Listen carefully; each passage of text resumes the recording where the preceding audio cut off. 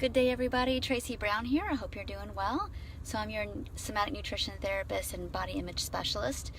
And this week, I think all weeks should be like this, but I know there's a specific week for this is Eating Disorder Awareness Week. And the different organizations have their memes out there and all that good stuff and their statistics and all that. So whether you have a week that is encouraging you to do this or not, no matter how many rough days or weekends or whatever you've had recently, or if this is your first time watching a video that talks about that it doesn't matter what your size is, it doesn't matter how long you've been at this, is that you deserve to get the connection you need. It's not even as much like, oh, that we deserve to get the help we need. Of course we do. It's the right connection.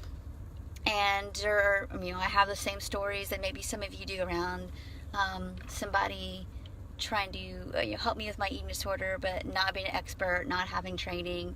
They should have referred to a better person. That the list goes on and on and on. So y'all know that. And I don't want to let that frustrate you or get you down, that you're not fully being seen, being acknowledged, whether it's from a person's lack of expertise or your body size or what your labs say or whatever. You know all that. And I know your brain knows that, but I want you to hear it. That just because your labs don't have anything wrong with them doesn't mean that you're not struggling. Just because you don't weigh a certain low amount doesn't mean you're not struggling. Just because you're a certain age or whatever identifiers that the people around you are looking for to determine whether you have a concern or not doesn't mean that's true or right. And you can't let those lack of acknowledgments be a stumbling block for you. It's just more about I want you to really be no matter if you think, do I even have an eating disorder? Don't even try to qualify it. It's just if you are struggling with your relationship with food, if you're feeling like being around people and being fully seen is really difficult, if you feel like people will judge you because of your size, it doesn't have to have a DSM diagnosis. It doesn't.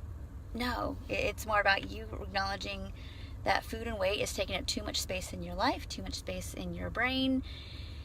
And when you go to make changes, it feels too overwhelming and you're not able to move forward on your own, or it's a little bit forward and then really having a hard time.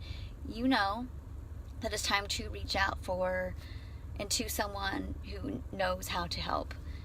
Not people who say they treat eating disorders or are body positive or whatever, but don't have experience. That's not where I would go. So I just want to put all that out there today as a really important reminder. I don't care if you're really young, if you've been struggling and you're in your 70s, it doesn't matter. You really need to know that there's always time, there's always hope, and let's do what we can do starting today. So if you had a rough day yesterday, let's just try to go back to doing the next right thing that you know that needs to happen. So whether it's writing that email for help, if it's not skipping breakfast because of what you did yesterday, it doesn't matter. It's and forget all the stuff out there. If you see things about National Eating Disorders Week and you're like, well, where's the people who don't look like me?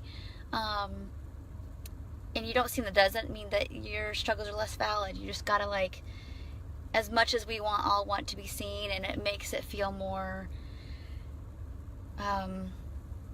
okay for us to okay, so I saw myself, and now that it's more valid. That stuff is, I know, extremely helpful, and it would be nice, but if you don't see yourself, it doesn't mean that what you're struggling with internally isn't real. So I guess that's my main point of this video today, is that even if you're trying to do intuitive eating, you're like, my struggle with it isn't the same. I don't really feel as twisted around with body images as some people do. I'm just struggling with the health aspect. Okay, great.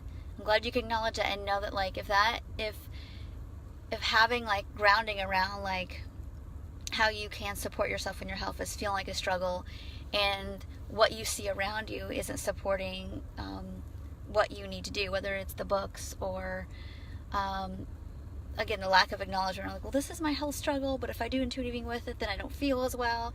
And if that's not feeling as validated as well, it still means that it's real. And then it's time for you to seek out people who understand that. So I'm just letting you know that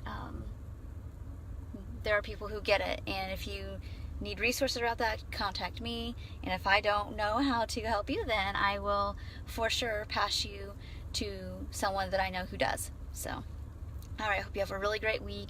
We'll get into some other content resources this week that I'm really excited about in terms of we're going to work on the scale this week and making that scale not as big a deal, okay? So anyway, thank you for hanging there with this. It's kind of like a little, I guess, my own PSA, eating disorder, non-diet video to encourage you all to not give up.